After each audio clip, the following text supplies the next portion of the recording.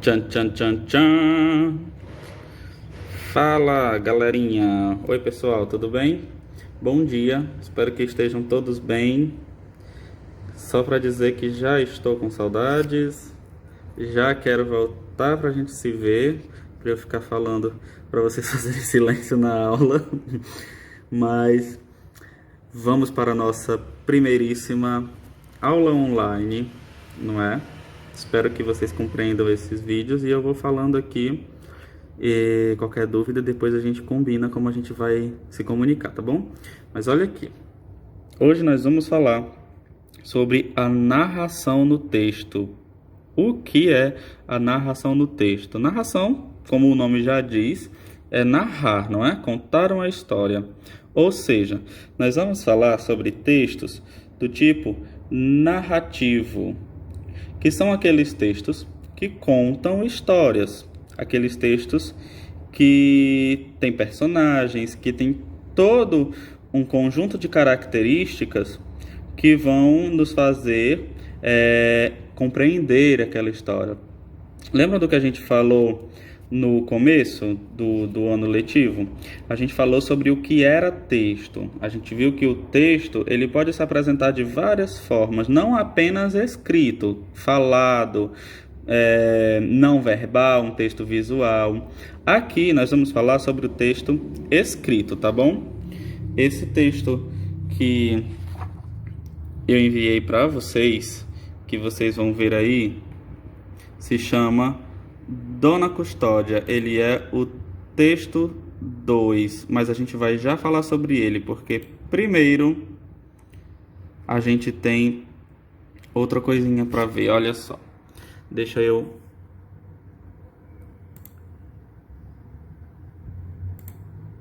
Pronto. Olha só. De acordo com o que a gente viu, isso aqui também é um texto, não é? Passa informação, tenta uma comunicação e tem sentido. A gente está entendendo o que é essa imagem.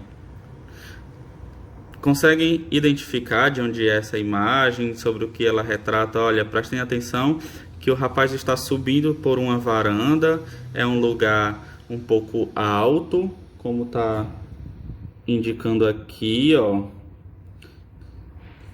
Tudo isso para conseguir beijar a sua amada. Então, esse texto, ou essa imagem, esse texto não verbal, ele tenta nos passar uma informação. Qual é essa informação?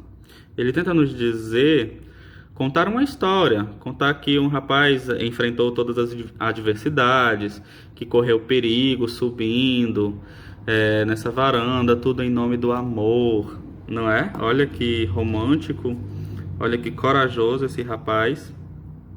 Interessante, não é?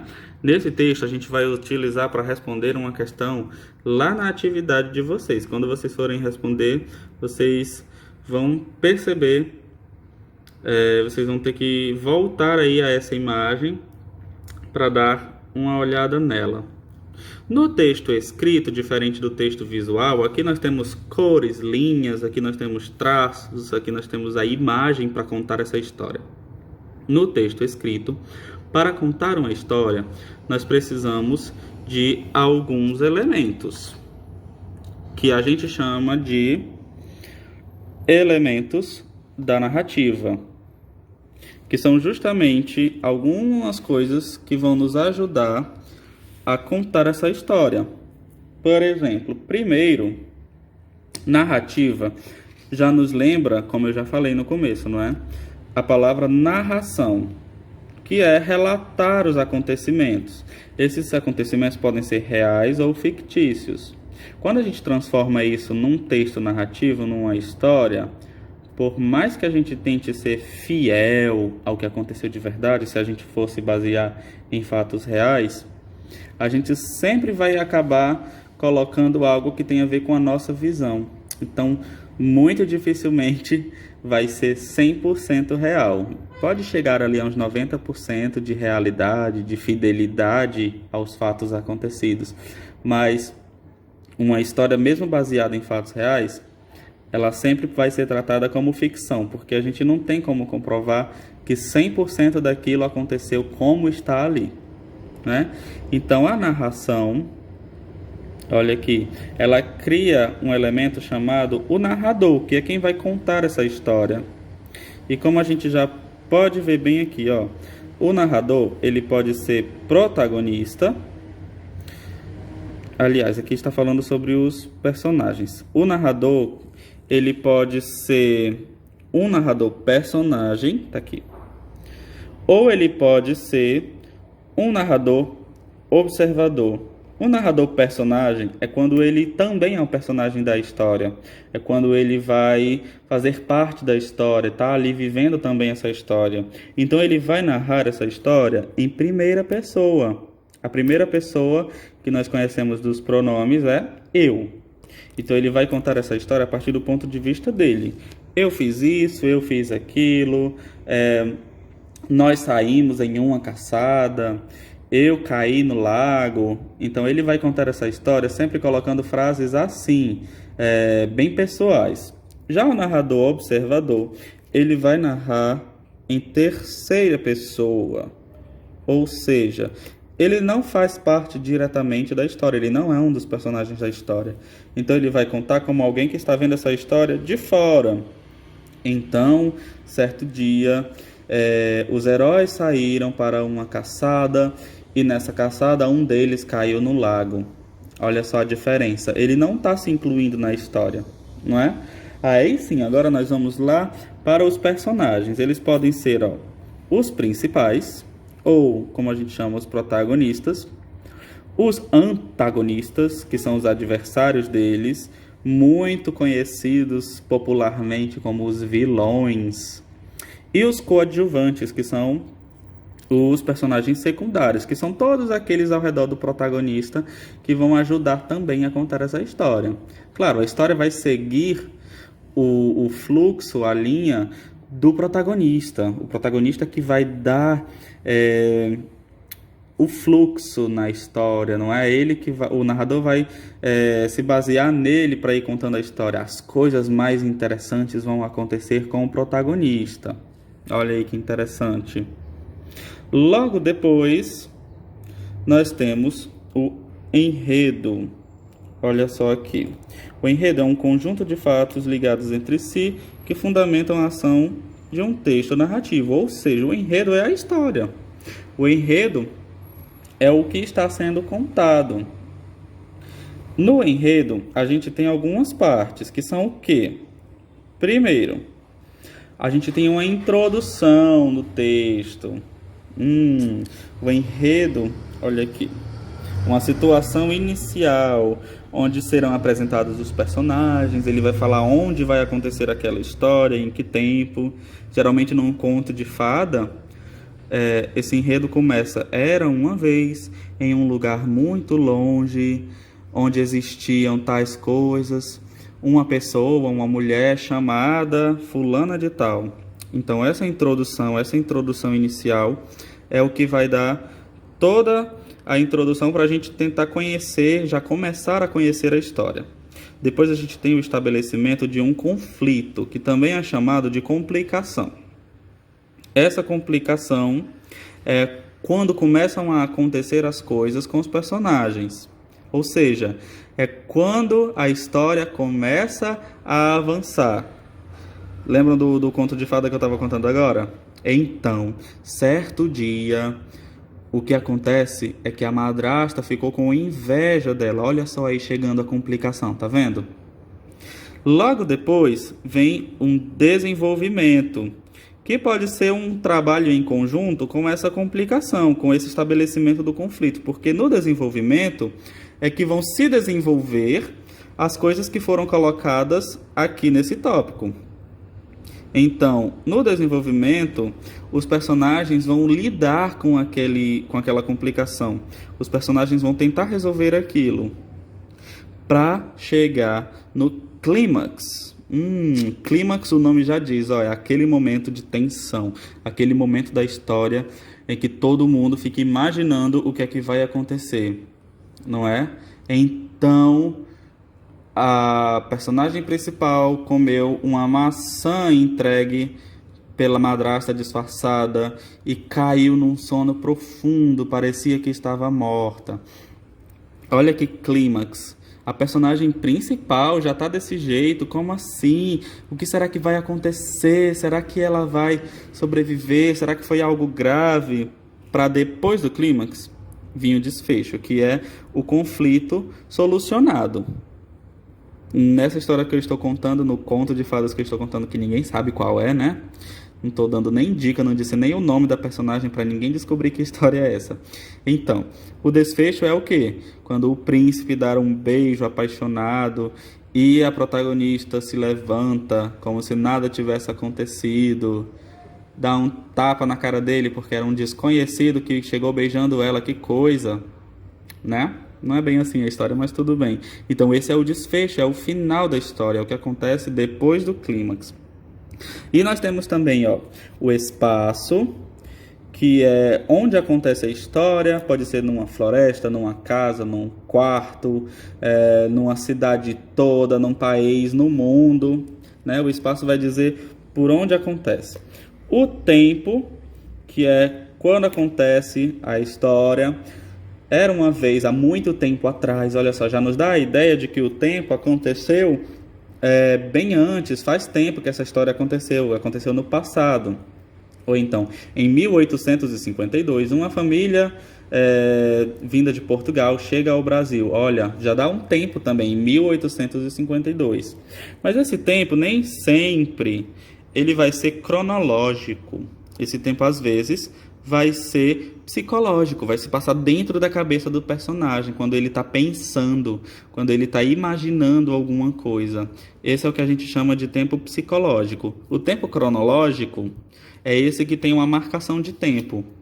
Às 5 horas do dia tal, aconteceu isso, isso. Esse é um tempo cronológico, porque a gente está marcando esse tempo com hora, com dia, com data, com ano, não é? Há muito tempo atrás, ó, a gente está marcando esse tempo, a gente está dizendo que não aconteceu agora, aconteceu no passado. O tempo psicológico acontece dentro da cabeça, quando não tem essa marcação de tempo, não é? E, por fim, aqui nós temos o texto que eu também mandei para vocês, é o texto 2, está lá para vocês esse texto. Esse texto aqui é um texto narrativo, o autor dele é o Fernando Sabino, e ele se chama Dona Custódia. Ou seja, ele vai ter todos esses elementos que a gente acabou de ver. Ele tem um tipo de narrador, ele tem personagens, ele tem um tempo em que se passa essa história, um espaço, e ele tem um enredo, um momento em que a história começa a introduzido, um momento em que a história começa a se complicar e o personagem vai tentar resolver essa complicação, e ele também tem um clímax e um desfecho, ok? Esse aqui é um texto chamado crônica, é um gênero textual crônica, tá bom? Por quê? O que é uma crônica? Uma crônica, lembra que a gente falou sobre vários gêneros textuais? E existem vários gêneros textuais dentro do tipo narrativo. Vários tipos de textos contam histórias. Por exemplo, a novela conta uma história, não é? Deixe-me ver. Um livro, um romance conta uma história. Um conto conta uma história. E a crônica também é um desses tipos que contam uma história. Mas por que a crônica é diferente da novela, do romance, do conto? A crônica, ela vai contar uma história que aconteceu no cotidiano de alguém, algo que aconteceu em casa, na escola, no trabalho. Ela sempre tem esse tema, contar algo que aconteceu no cotidiano. Tá bom? Quando vocês lerem o texto aí da Dona Custódia, vocês vão entender bastante sobre o que a crônica fala. Quem é Dona Custódia, o que foi que aconteceu no dia a dia dela, no cotidiano dela, né? Diferente do conto. O conto não se prega a essa obrigação de ter que escrever algo que aconteceu no cotidiano de alguém. O conto ele é um pouco maior, a crônica ela pode ser um pouco menor do que o conto, até porque a crônica ela se popularizou bastante, sendo publicada em jornais, em revistas. Então não dava para escrever uma crônica enorme. Então as crônicas geralmente têm 1 ou 2 páginas, poucos parágrafos. Existem crônicas de até 3 parágrafos só. Já o conto, ele é um pouco mais extenso e bem menor do que um romance, do que um livro. Um conto, em média, ele vai ter umas 4 páginas, 3 páginas. Claro que isso também pode variar.